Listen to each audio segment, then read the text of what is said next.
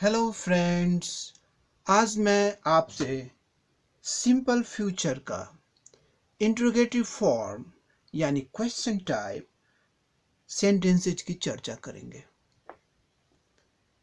Simple future का interrogative यानी question type sentences दो तरह के होते हैं। एक अफर्मेटिव क्वेश्चन जो कि सकारात्मक क्वेश्चन होता है, इसमें कोई भी निगेटिव शब्द का प्रयोग नहीं होता है। इसमें निगेटिव शब्द यानी कि जैसे कि नॉट का प्रयोग नहीं होता है। और दूसरा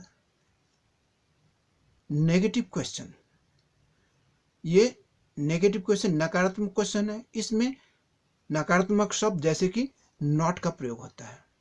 तो ये नेगेटिव क्वेश्चन हुआ और इधर अफर्मेटिव क्वेश्चन हो गया। अब इसका बेसिक स्ट्रक्चर देखें। अफर्मेटिव क्वेश्चन, सिंपल फ्यूचर का अफर्मेटिव क्वेश्चन का बेसिक स्ट्रक्चर क्या होगा? ऑक्सिलरी वर्ब पहले आएगा। ऑक्सिलरी वर्ब जिसे हम हेल्पिंग वर्ब भी कहते हैं। तो ऑक्सिलरी वर्ब में शैल या विल दोनों में से कोई एक पहले और उसके बाद सब्जेक्ट। हम जानते हैं कि क्वेश्चन बनाने के लिए सब्जेक्ट से पहले ऑक्सिलरी वर्ब को रखना पड़ता है, तब ये क्वेश्चन बन जाता है। इसीलिए पहले ऑक्सिलरी वर्ब, शैल या विल में से कोई एक, उसके बाद सब्जेक्ट आया है ना। उसके बाद plus V1 main verb. Main verb मतलब एक्शन वर्ब का पहला रूप है ना। एक्शन वर्ब, क्योंकि हम सिंपल फ्यूचर का जो ये क्वेश्चन टाइप सेंटेंसेज ले रहे हैं वो सब एक्शन टाइप है। एक्शन को दिखाता है, कोई काम का होना, क्या होगा क्या नहीं होगा, इस एक्शन को दिखा रहा है। इसलिए हम मेन वर्ब का प्रयोग कर रहे हैं। मेन वर्ब एक्शन वर्ब होता है। V1 जिसे हम बेस फॉर्म ऑफ वर्ब कहते हैं या रूट फॉर्म ऑफ वर्ब कहते हैं। उसके बाद क्वेश्चन मार्क, क्योंकि ये क्वेश्चन है। अब दूसरी तरफ नेगेटिव क्वेश्चन जब बनाना होगा तो क्या होगा? उसका बेसिक स्ट्रक्चर, ऑक्सिलरी वर्ब तो पहले आएगा ही, क्योंकि क्वेश्चन में तो सब्जेक्ट से पहले ऑक्सिलरी वर्ब आएगा। यहाँ भी शैल या विल में से कोई एक है ना। उसके बाद सब्जेक्ट आया। उसके बाद नॉट, क्योंकि ये निगेटिव क्वेश्चन बनाने जा रहे हैं यहाँ, इसलिए नॉट का प्रयोग होगा।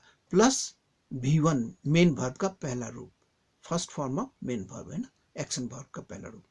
उसके बाद क्वेश्चन मार्क, क्योंकि ये क्वेश्चन है। अब हम एग्जाम्पल से इसे समझें।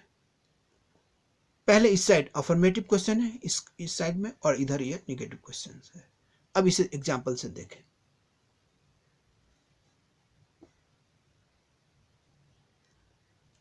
First person singular subject. First person singular subject क्या होता है? आई, मैं, एक व्यक्ति। अब आई के साथ क्वेश्चन बन रहा है, अफर्मेटिव क्वेश्चन। ये इसमें नॉट नहीं आएगा क्योंकि ये सकारात्मक क्वेश्चन है। शैल, सब्जेक्ट से पहले शैल आ गया। शैल आई, ये शैल ऑक्सिलरी वर्ब हुआ, सब्जेक्ट से पहले क्वेश्चन बन गया। शैल आई गो, अब क्वेश्चन मार्क, क्वेश्चन है। क्या मैं जाऊंगा, ये अफर्मेटिव क्वेश्चन हुआ, क्या मैं जाऊंगा। अब इसका निगेटिव बनाना होगा क्वेश्चन, तो नॉट लगाना पड़ेगा। शैल आई नॉट गो, क्या मैं नहीं जाऊंगा। अब शैल नॉट को अगर कॉन्ट्रैक्टेड फॉर्म में रखना हो तो, इसको शॉर्ट करना हो तो क्या होगा? सैंट, सैंट आई गो, क्या मैं नहीं जाऊंगा। ये सैंट जो कॉन्ट्रैक्टेड फॉर्म है, ये प्रायः स्पोकन इंग्लिश में ज्यादा प्रयोग होता है। सैंट आई गो, क्या मैं नहीं जाऊंगा। अब देखें दूसरा, फर्स्ट पर्सन प्लूरल, पहले सिंगुलर लिए, अब प्लूरल को। प्लूरल क्या होता है? वी, हम लोग। सिंगुलर आई, मैं, एक व्यक्ति। वी, हम लोग, दो या दो से अधिक व्यक्ति के लिए वी का प्रयोग होता है।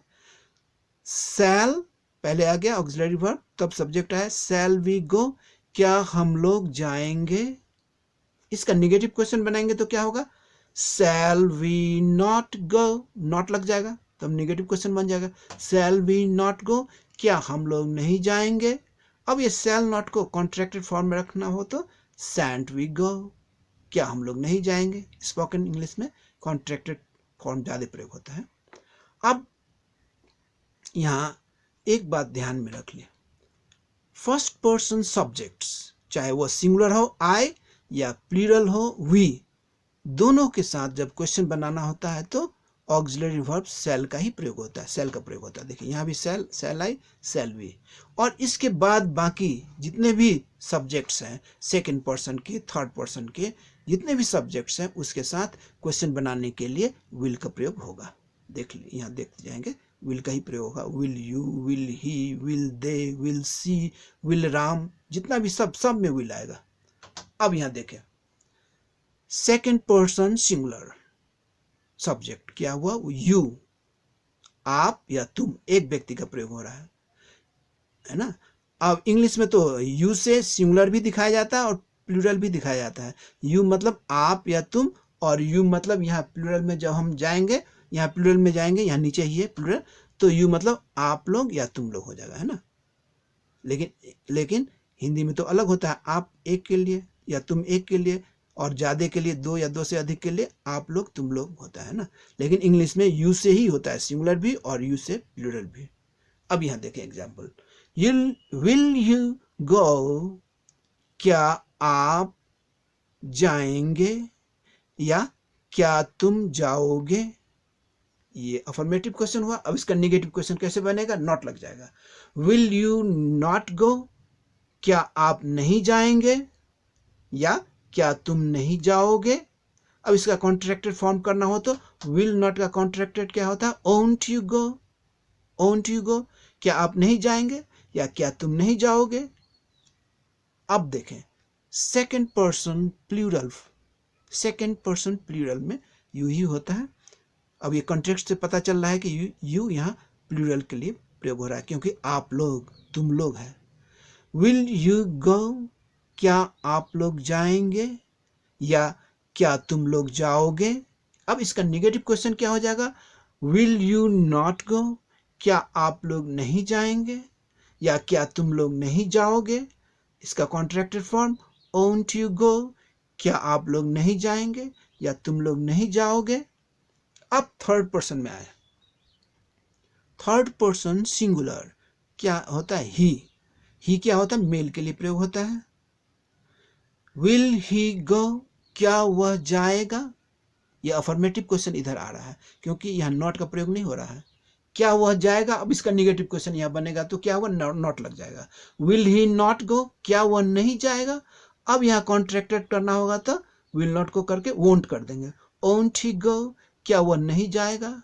अब दूसरा देखिए, थर्ड पर्सन सिंगुलर सी, ये क्या होता है, फीमेल के लिए प्रयोग होता है सी। विल सी गो, क्या वह जाएगी। अब इसका निगेटिव क्वेश्चन बनाना हो तो फिर नॉट लगाना पड़ेगा। विल सी नॉट गो, क्या वह नहीं जाएगी। अब इसका विल नॉट का कॉन्ट्रैक्टेड कर देंगे तो ओंट सी गो, क्या वह नहीं जाएगी, है ना। अब नेक्स्ट देखें,